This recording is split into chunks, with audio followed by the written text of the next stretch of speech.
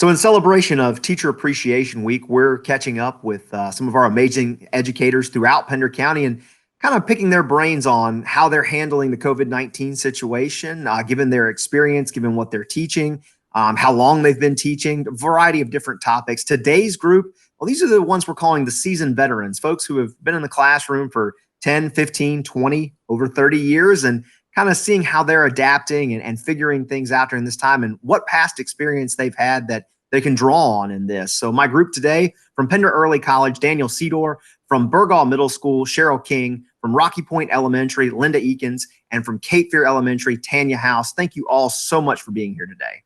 Hey, Alex. Thanks for having me today. Hey, thank you very much. It's been a pleasure. Happy to be here with you. Thank you so much for having me today. So, Ms. King, you've been an educator now in Pender County for over a decade, and obviously in that time, seen a lot of changes. What's the biggest change from when you got in all that time so long ago to where things are now? Obviously, today's situation dictates a lot of that, but just even when class is in session, what's the biggest difference between when you started and where we are now?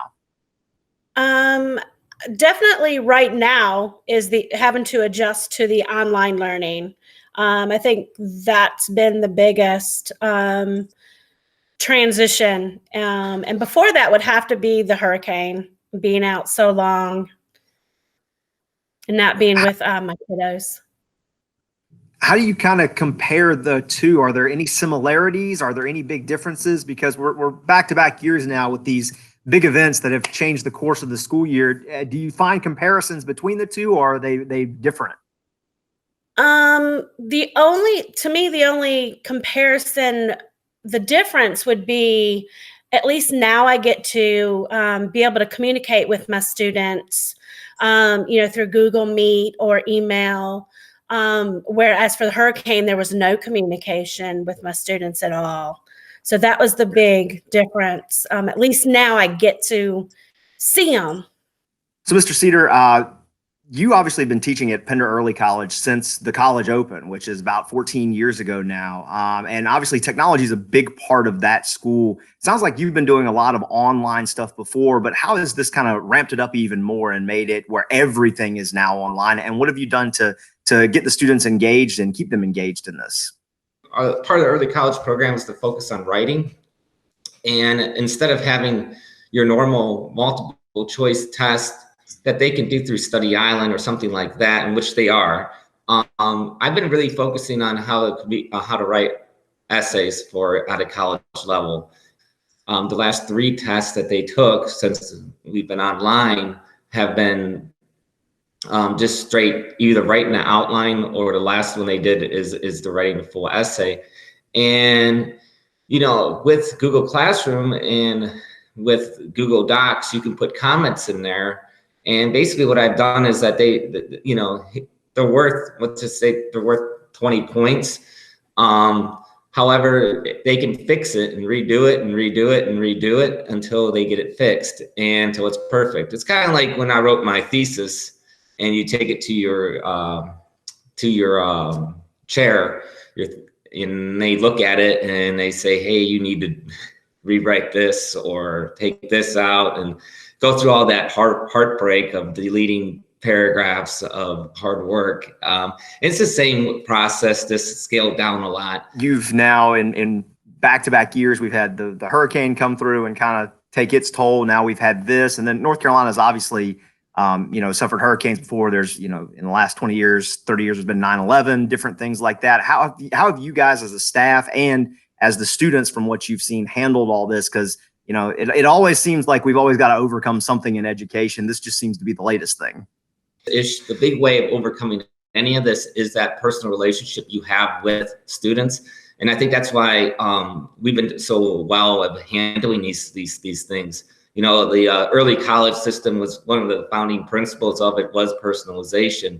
And, in having those smaller classes and things like that. And so, we're a small school. We're actually, I would call it a small family. And we're able to kind of help these kids kind of go through it. I mean, we still have one student that's displaced still from the hurricane. And I know that there's a lot of other students in Pender County in the same boat. But, you know, being able to reach out, help out. I even had to bought, and I don't like doing this if you know who I am, I had to buy Golden State Warriors jersey and a Boston Red Sox jersey for a couple of my students that lost their houses. And being a Cleveland fan, that was very difficult. But you know, those things kind of, you know, made them feel better. And, you know, it made me feel good giving it to them, although I wish it was a different team. But, you know, those type of things go a long way with our students, and I think with people in general. So being able to reach out and help them out, and you know, to know that it's okay, that everybody's kind of going through the same thing. Ms. House, obviously you've been in Pender County for a long time over at Cape Farrell Elementary School. Just how difficult has it been kind of transitioning to this? What's it been like to switch from, you know, being in a classroom to now teaching digitally? Because obviously that's what teachers are accustomed to. Just what's it been like as a veteran teacher to do that? Well, I think that it's been a challenge. Thankfully, I've had some professional development over the past few years that I felt like really have helped me a lot. I just went to a conference, you know, not that long ago that had a lot of technology. It was for NC TIES. And so to go from starting my career with just 2 big old desktops in the classroom to going one-to-one with the Chromebooks, I think that set me up a little bit ahead of some of my peers who maybe don't have that. And my kids in 3rd grade, they're a lot more accustomed to using the technology. So that's pretty helpful too. What's it been like? It's, you know, I've talked with different teachers, and, you know, we're logging in, seeing our kids' faces in front of us with their webcams on and catching up with them almost on a daily basis. It seems like just, I know teachers would much rather be in the classroom and be able to see them face to face, but what's it like when you do log in and you do get the chance to see those kids? It's amazing. I love seeing their faces, and I like knowing that they're okay, and seeing, you know, their environment, I think is pretty interesting too. It's also kind of cool because some of the other teachers in my school, maybe the EC teachers or, you know, the specialists, they can hop in and participate, which is a little more difficult to do in the classroom.